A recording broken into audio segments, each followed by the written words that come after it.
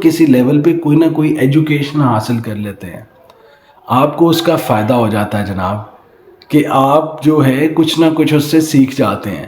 So the third point is کہ comparison چھوڑیں, competition میں آئیں, پازیٹیو ہیلدی کمپٹیشن میں آئیں.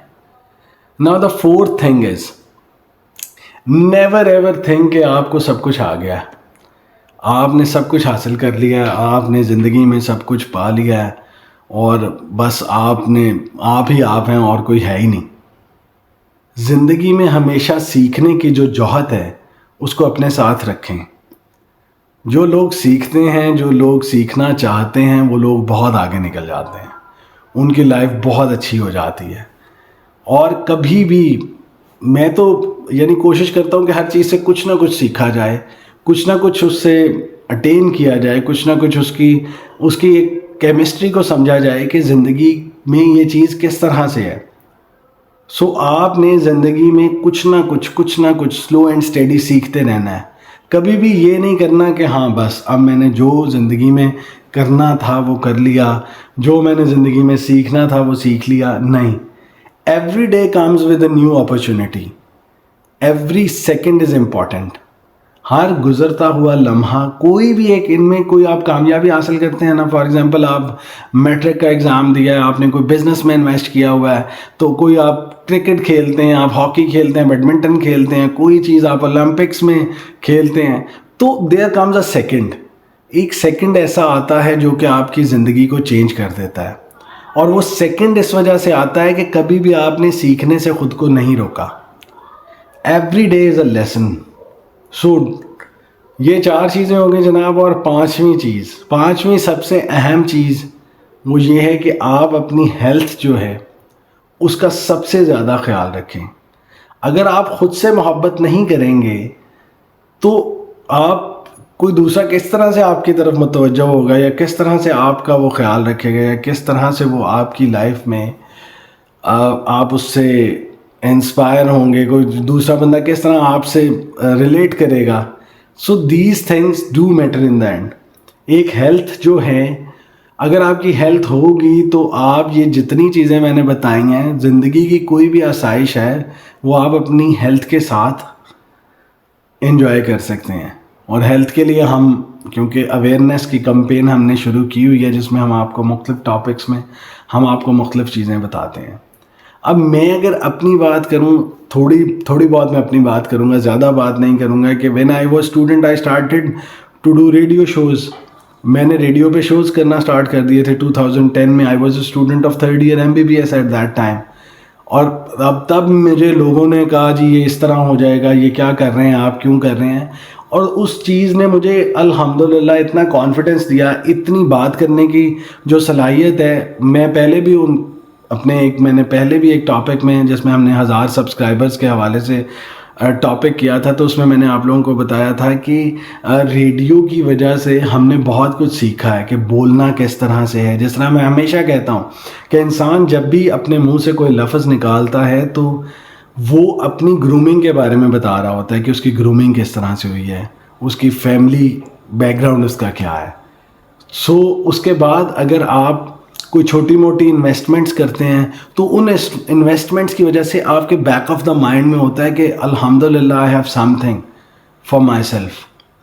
اب اس کے برعکس آپ کچھ بھی نہیں کریں گے, بس بیٹھے رہیں گے, جو آپ کی لائف چل رہی ہے اس کو گزارتے رہیں گے, تو you have to face the consequences.